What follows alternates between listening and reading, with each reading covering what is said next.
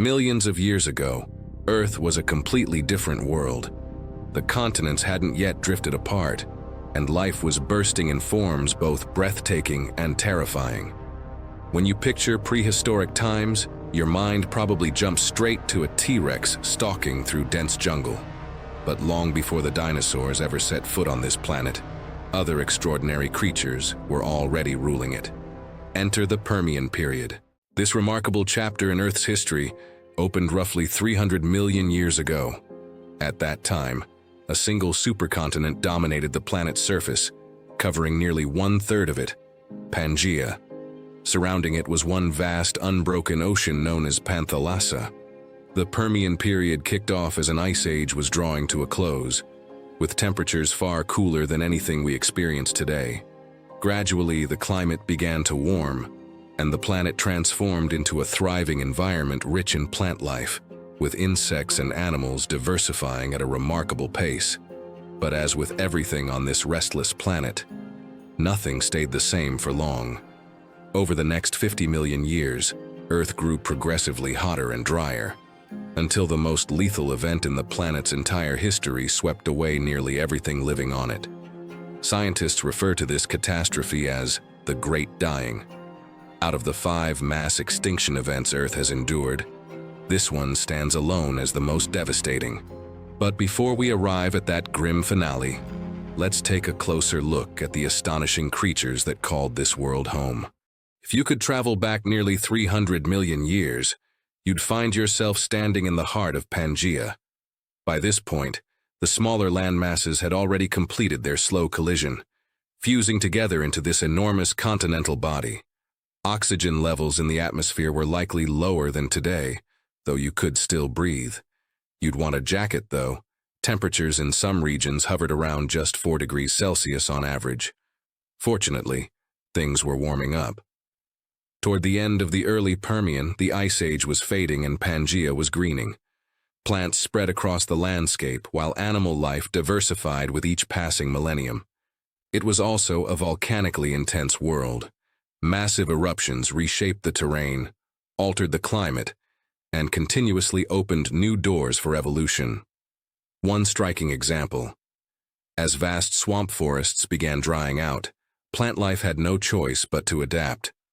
Around 290 million years ago, the first seed-bearing plants, known as gymnosperms, appeared. Carrying their seeds within cones, they spread rapidly across the supercontinent, colonizing every corner of Pangea. Wandering through those ancient forests, you'd encounter some surprisingly familiar faces. Cicadas and beetles were already feeding on plants much as they do today, and cockroaches were there too, though these prehistoric versions were nothing like their modern descendants. They were enormous, roughly the size of birds. Fortunately, they never rose to dominance, because something far more formidable was already patrolling Pangea: Dimetrodon. This long-extinct ancestor of primitive mammals was as fascinating as it was fearsome.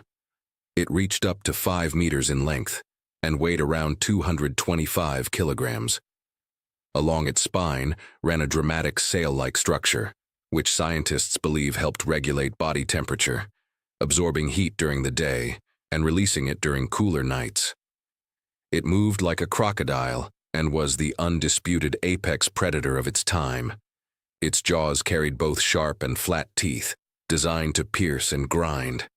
An encounter with Dimetrodon was not something you'd walk away from. As the Middle Permian unfolded, the planet's dominant animals shifted. A group called therapsids took center stage. These mammal-like reptiles were built for efficiency: powerful jaws, sharp teeth, and limbs positioned directly beneath their bodies, giving them a more upright and agile posture. Among them were hulking omnivores like the 5-meter-long Deuterosaurus, and more compact hunters like the Lycanops, which was several times smaller. Had you lingered in the Middle Permian for another 20 million years, you'd have come across dozens more therapsid species. Throughout the Middle Permian, temperatures kept climbing. The average across Pangea reached approximately 25 degrees Celsius, while volcanoes continued pumping greenhouse gases into the atmosphere. Sea levels fluctuated, Yet marine life found ways to persist. Ancient sharks and primitive bony fish navigated the prehistoric superocean, and more complex sea creatures came and went as the environment kept shifting. By the late Permian, land life was reshaping itself once more. One of the more endearing creatures of this era was Lystrosaurus, a stocky animal that looked like something between a lizard and a pig. Despite living alongside far more imposing predators, Lystrosaurus was a herbivore, barely a meter long with powerful forelimbs built for digging. Another newcomer was the cynodont, a small, whiskered, rodent-like creature about the same size, feeding on insects and small animals. These two unassuming animals had no idea they were living on borrowed time. Beneath the surface of this thriving world, something was quietly going wrong. Intense volcanic activity was steadily stripping oxygen from the atmosphere. Scientists estimate that oxygen levels may have fallen to as low as 10%, roughly half of today's 21%. Breathing in that environment would have been a serious struggle. Meanwhile, surface temperatures continued rising, pushing the average across Pangea to around 28 degrees Celsius. This lush prehistoric world was slowly becoming an oven.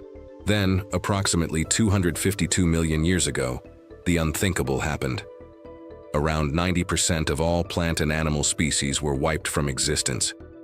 The precise trigger behind Earth's most catastrophic mass extinction remains a subject of scientific debate, but the leading theory points to massive, cascading volcanic eruptions.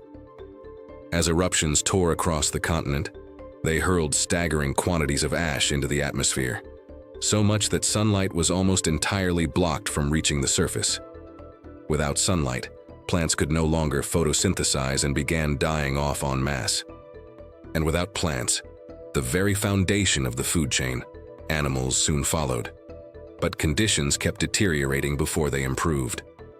The enormous volumes of carbon dioxide released during the eruptions drove global temperatures even higher, far beyond what they had been before. This sharp rise in heat caused the superocean to lose most of its dissolved oxygen.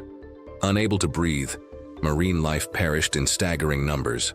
By the time the dust had settled, roughly 95% of all ocean species and more than 70% of land animals were gone forever. It's the kind of loss that makes you wish you could bring them all back. The Dimetrodons, the Therapsids, even the giant cockroaches. The dinosaurs too, for that matter. But that's a story for another time.